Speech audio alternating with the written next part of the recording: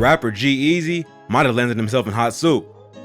The California native has hit the headline for the wrong reasons after assaulting an individual in a scuffle. What looks like a minor case of violence is looking like something that could lead to some serious consequences for the artist. G-Eazy isn't popping like before. The rapper once confessed it took him the better part of 6 years living a wild life of drugs and alcohol to realize he was facilitating his own demise. In his own words, he was drinking too much, drinking before shows to get in the zone, drinking after shows to celebrate, and drinking in the studio to aid his creative skills. Waking up soon became difficult, and he found himself becoming dependent on the substances surrounding him. Eventually, he could no longer recognize Gerald and G-Eazy. But how did it all begin for the James Dean of rap music? Early beginning. Gerald Earl Gillum, also known as G-Eazy, was born on May 24, 1989 in Oakland, California, United States. Unfortunately for little Gerald, his parents separated when he was in the first grade, following which he started living with his grandparents in Berkeley, California. His mother, who was an artist, worked as a part-time teacher at 2 different schools to raise G-Eazy and his brother, James. The family moved to North Oakland, but he continued to attend school in Berkeley. He credits his mom to introducing him to a life of music and fame, showing him the Beatles film A Hard Day's Night during his early years. G-Eazy, who had already decided to have a career in music, did odd jobs at the age of 14 to earn money to pursue his dreams. Things got awkward for him when his mom started dating a woman named Melissa Mills when he was about 12 years old. While he became embarrassed at first, he later accepted Mills as a family member. However, Mills suffered from depression and died of a drug overdose when he was still a child. He would later express his experience through the song Everything Will Be Okay from his 3rd album. Well, you could say the man had it rough growing up. We wonder if this plays a part in his suffering career. Keep watching as we touch on how all of his past issues might be connected to the erratic behavior that might land him in jail forever. Let's go back to G-Eazy's breakthrough in the industry. Breakthrough. G-Eazy started rapping in middle school in Oakland, California. You know the usual stuff. You and your boys starting a band in your parents' garage, hoping to hit it big, getting the money and the fame. Well, that's how it played out for Gerald. At the age of 15, he and his friends put together a band and began releasing their songs through their MySpace page. G-Eazy was 15 years old when he started experimenting with making beats and rapping, hitting the refresh button on MySpace over and over to check the plays on his songs. He soon began producing his own mixtapes and sold them for $5 each.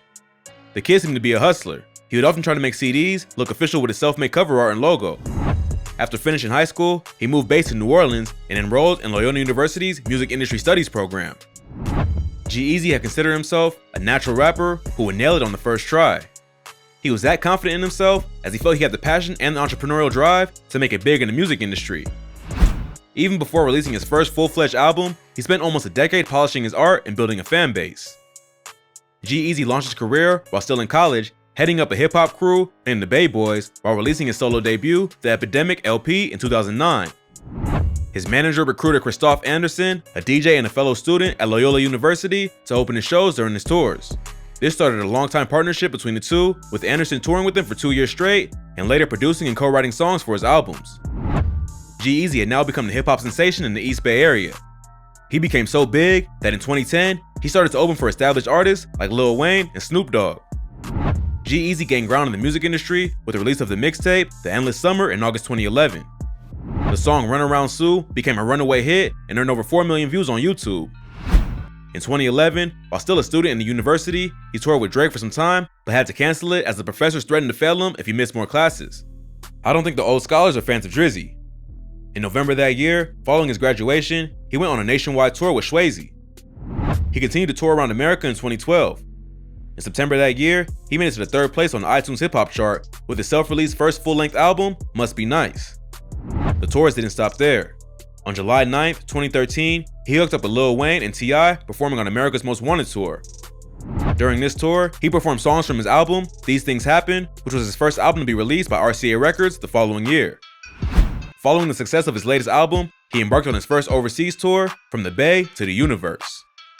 The following year, he released his 3rd studio album, When It's Dark Out, led by the single Me, Myself, and I, featuring BB Rexa, which peaked at number 7 on the US Billboard Hot 100. With the rise of his career, Eazy has also been involved in the fashion industry, releasing a collaboration with Rare Panther in 2015. He was also named GQ Magazine's Top 10 Most Stylish Person at New York Fashion Week. While working on his next album, The Beautiful and Damned, Eazy would sit with dating rumors. He was rumored to be dating musician Halsey. The couple confirmed the news by appearing together at the 2017 New York Fashion Week. The album itself was released on December 15, 2017, along with a short film. Before that, the rapper was presented with the Favorite Hip Hop Artist Award at the 2017 MTV Europe Music Awards. At this time, G-Eazy was at the pinnacle of his career. Learning from his experience on a large number of tours he has been a part of, he built up his brand, emerging as a hip-hop heartthrob inspired by the style of the early 1950s and 1960s. His image, with black leather jackets and James Dean haircut, is reminiscent of the American gangster era. Everything looked to be on track until Sweden happened. Keep watching as we uncover the rapper's history of assault leading up to the recent one in the Standard Hotel in New York. History of assault. G-Eazy's assault on a man in New York probably comes from a personal struggle within. He once admitted to these struggles in an interview with Paper Mag. You look in the mirror and you're like, holy, I'm the same person that I was 6 years ago. Have I maintained my integrity and sense of self, or am I lost in the sauce? He says at a fame roller coaster. I've been chasing for years of making it in music and the whole celebrity aspect, then arriving and asking myself, is this what I thought it would be? Did I take a wrong turn somewhere and become somebody I didn't want to be? There is some self-destructive behavior that has gotten me here. In 2018, G-Eazy was arrested in Sweden after allegedly attacking security guards and getting caught with.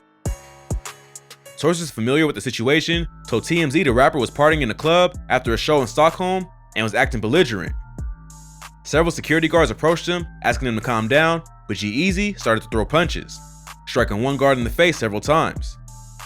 To be honest, nobody has ever calmed down in the history of being asked to calm down.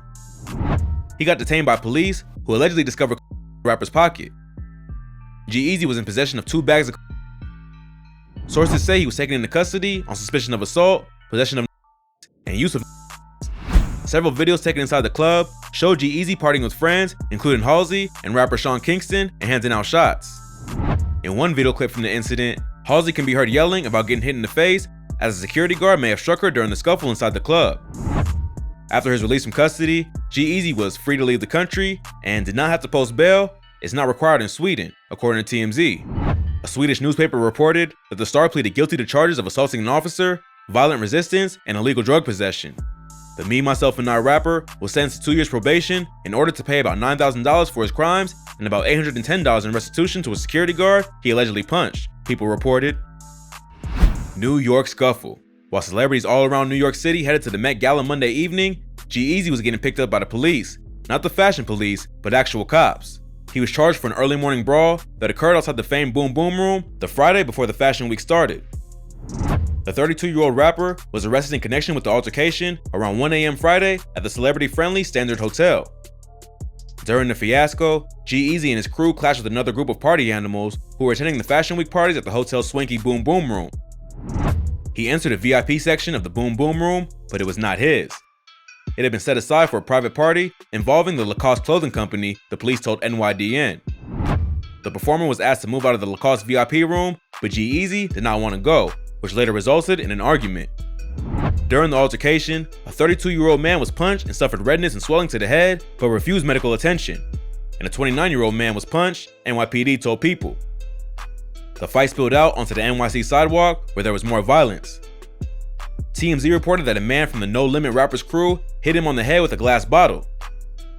Page 6 identified the man as socialite Daniel Chetrit, who was friends with Kendall Jenner and Bella Hadid. He reportedly needed stitches to his head. It's not clear if anyone else was arrested in the incident, or if Chetrit, whose family once owned the iconic Chelsea Hotel, allegedly shared in the G-Eazy short reign of terror. It's worth mentioning that the Standard Hotel was also where Jay-Z and Solange Knowles got into their 2014 elevator fight. Something's in the water, I guess. Rapper G-Eazy was arrested and charged with assault, and the cops are seriously looking into this one. Eazy wanted a career in the industry so badly. It was a dream he was chasing for as long as he can remember, and now he's living it. Or it seems as he has detailed, his battle with mental health issues. Although with huge success comes pitfalls of similar proportions. Drinking, drugs, and now brawling from Europe to America, the man with the short fuse has his career in jeopardy. This case might be the final nail in his coffin as he's set to go to court.